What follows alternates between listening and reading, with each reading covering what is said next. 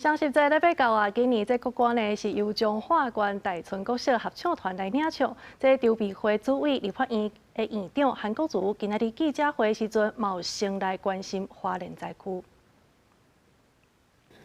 对于花莲的灾后重建，我们也希望大家一起来帮助花莲乡亲共度难关，让这个花莲受伤的土地上以及人民带来温暖与帮助之情。 我也祈祷上天，天佑台湾，天佑花莲。